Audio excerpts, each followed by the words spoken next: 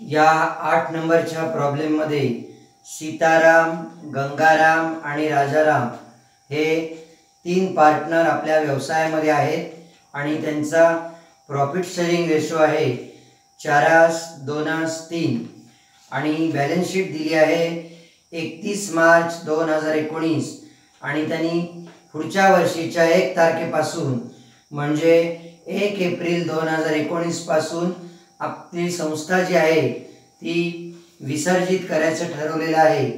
तर बघा, आता सुरुवातीला प्रॉब्लेमचं वैशिष्ट्य असं आहे की 3 पार्टनरपैकी एक तिसरा जो पार्टनर आहे राजाराम तो इन्सॉल्वंट बनला आहे, म्हणजे कर्जबाजारी बनला आहे।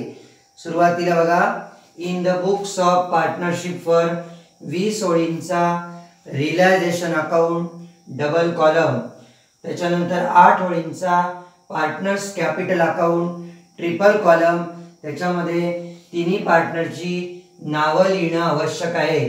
आणि या प्रॉब्लेममध्ये ॲसेट साईडला बघा कॅश इन हँड आणि कॅश ॲट बँक हे दोन्ही बॅलन्स दिले आहेत।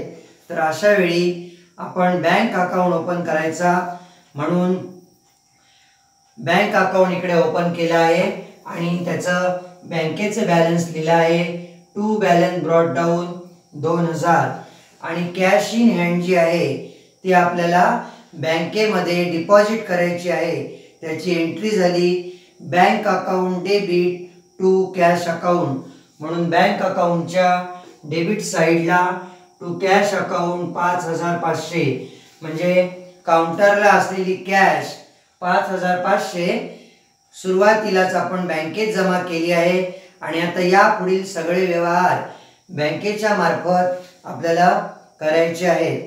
लायबिलिटी साईड बघा, 3 पार्टनरचे कॅपिटल दिलेले आहेत। Capital account always shows credit balance, या नियमानुसार कॅपिटल अकाउंटच्या क्रेडिट साईडला बाय बॅलन्स ब्रॉट डाऊन 65,000, 45,000 आणि 7,000।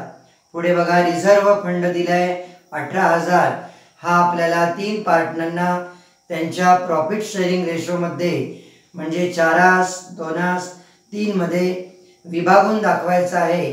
तर 18,000 भागिले आपल्याला 9 करायचे आहेत, तेव्हा भागाकार येईल 2,000 आणि 2,000 गुणिले 4 8,000, 2,000 गुणिले 2 4,000 आणि 2,000 गुणिले 3 6,000। रिझर्व फंड आपण लिहितो कॅपिटल अकाउंटच्या क्रेडिट साईडला, म्हणून पार्टनर्स कॅपिटल अकाउंटच्या क्रेडिट साईडला बाय रिझर्व फंड 8,000, 4,000, 6,000। याच पद्धतीने प्रॉफिट अँड लॉस अकाउंट जो दिला आहे लायबिलिटी साईडला 5,400, तर लायबिलिटी साईडला जर प्रॉफिट अँड लॉस अकाउंट दिला असेल तर ते क्रेडिट बॅलन्स असते, म्हणजे प्रॉफिटच असतो, म्हणून 5,400 ची सुद्धा विभागणी 4:2:3 मध्ये कॅपिटल अकाउंटच्या क्रेडिट साईडला केली आहे by profit and loss account 2,400, 1,200 आणि 1,800। या प्रॉब्लेममध्ये 3 आउटसाइडर लायबिलिटी आहेत, त्या तिन्ही आउटसाइडर लायबिलिटीचं बॅलन्स क्रेडिट असतं। ट्रान्सफर केल्यावर आउटसाइडर लायबिलिटी डेबिट होतात आणि रियलायझेशन अकाउंट क्रेडिट होतो, म्हणून रियलायझेशन अकाउंटच्या क्रेडिट साईडला by outsider liabilities underline dash केली आहे आणि या तिन्ही लायबिलिटी इनरला लिहून त्यांची बेरीज बाहेरच्या कॉलममध्ये ठेवली आहे 26,600। पुढे ॲसेटला बघा, बिल्डिंग पासून स्टॉक पर्यंत सगळे ॲसेट ह्या रियलायझेशन अकाउंटला ट्रान्सफर करायचे आहेत।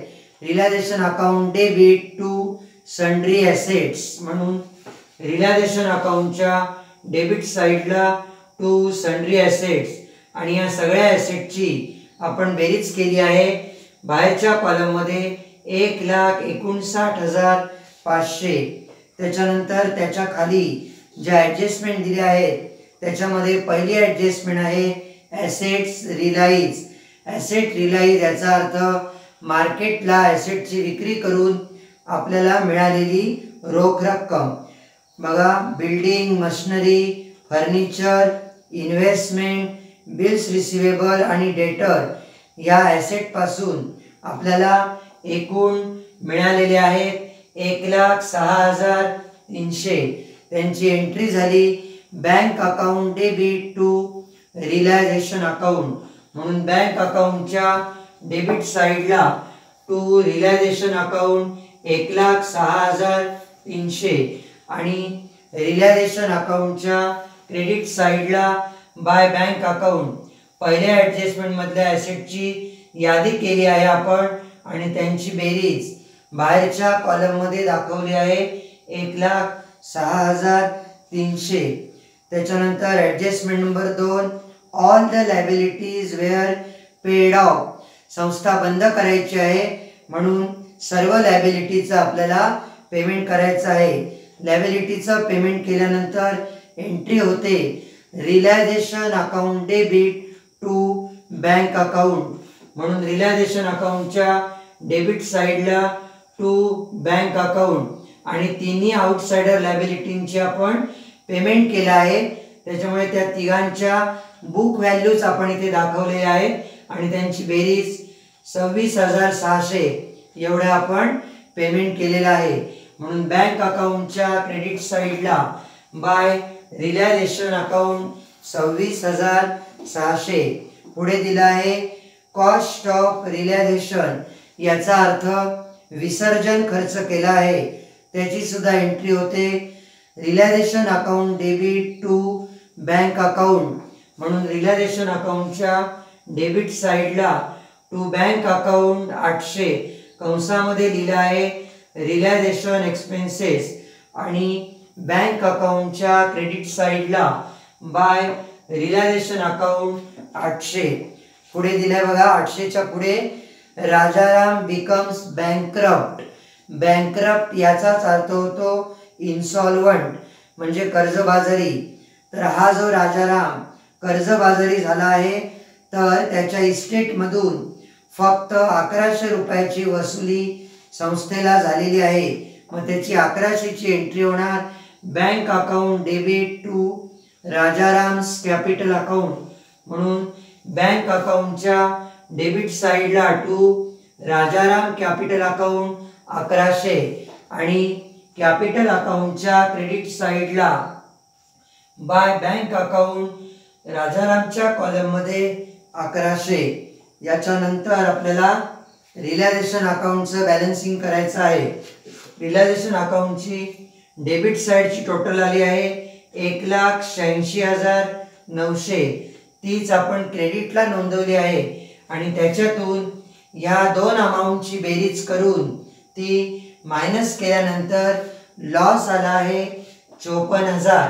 हा 54,000 लॉस आपल्याला 4:2:3 या रेशोमध्ये वाटायचा आहे म्हणून 54,000 भागिले 9 केले आहेत तेव्हा भागाकाराला 6,000 म्हणून 6,000 गुणिले 4 24,000, 6,000 गुणिले 2 12,000 आणि 6,000 गुणिले 3 18,000.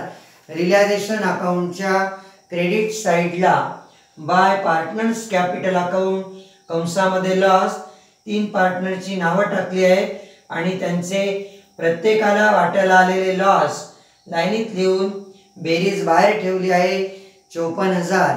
लॉस झाल्यावर कॅपिटल अकाउंट आपण डेबिट ठेवतो म्हणून कॅपिटल अकाउंटच्या डेबिट साईडला टू रिलायझेशन अकाउंट 24,000, 12,000 आणि 18,000. आता सुरुवातीला जो पार्टनर इन्सॉल्वंट आहे त्याची नेहमी डेबिट साईडची बेरीज केली जाते म्हणून राजारामची डेबिट साईडची बेरीज केली 18,000 आणि त्याच्या क्रेडिट साईडला आत्तापर्यंत आले होते 7,000 पासून 1100 पर्यंत त्या 4 अमाऊंटची बेरीज आली आहे 15,900 म्हणून त्याची डेफिशियन्सी आली 2100. आता ही डेफिशियन्सी उरलेल्या दोघांना म्हणजे पहिल्याला आणि दुसऱ्याला म्हणजे सीतारामला आणि गंगारामला त्या दोघांच्याच प्रॉफिट शेअरिंग रेशोमध्ये आपल्याला विभागून दाखवायचे आहे, तर दोघांचा रेशो होईल 4:2. म्हणून 2100 भागिले 6 केल्यानंतर आले 350 आणि 350 गुणिले 4 1400 आणि 350 गुणिले 2 700. एंट्री झाली Sitaram capital account debit 1400, Gangaram capital account debit 700 to Rajaram capital account 2100. पहिले दोन पार्टनर एंट्री मध्ये डेबिट आहेत, म्हणून त्यांच्या डेबिट साइडच्या कॉलम मध्ये त्या अमाउंट भरल्या गेल्या पाहिजेत. आणि डेबिट साइडला लिहिताना आपण क्रेडिट अकाउंटचं नाव लिहितो, म्हणून त्या दोघांच्या डेबिट साइडला लिहिलं आहे टू राजाराम कॅपिटल अकाउंट. सीतारामच्या कॉलम मध्ये 1400, गंगारामच्या कॉलम मध्ये 700 आणि एंट्री मध्ये राजाराम कॅपिटल क्रेडिट आहे, म्हणून कॅपिटल अकाउंटच्या क्रेडिट साइडला राजारामच्या कॉलम मध्ये 2100 येण्यासाठी आपल्याला क्रेडिट साइडला दोन डेबिट अकाउंटची नावं लिहायची असतात. म्हणून क्रेडिट साइडला डेबिट अकाउंटची नावं लिहिली बाय सीताराम कॅपिटल 1400 आणि बाय गंगाराम कॅपिटल अकाउंट 700. अशा रीतीने राजारामचा कॉलम दोन्ही साइडचा टॅली झाला आहे 18,000ला. आता उरलेल्या पहिल्या आणि दुसऱ्या पार्टनरचा आपल्याला बॅलन्सिंग करून म्हणजे सेटलमेंट करून बँक अकाउंटला ट्रान्सफर करायचा आहे.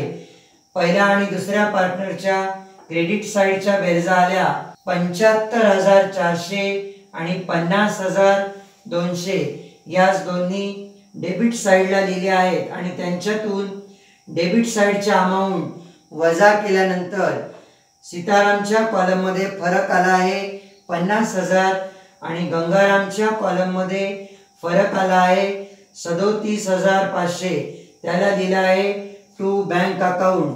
म्हणून बँक अकाउंटच्या क्रेडिट साइडला बाय सीताराम कॅपिटल अकाउंट 50,000 आणि बाय गंगाराम्स कॅपिटल अकाउंट 37,500. अशा रीतीने बँक अकाउंटची टोटल आपली आली आहे 1,14,900.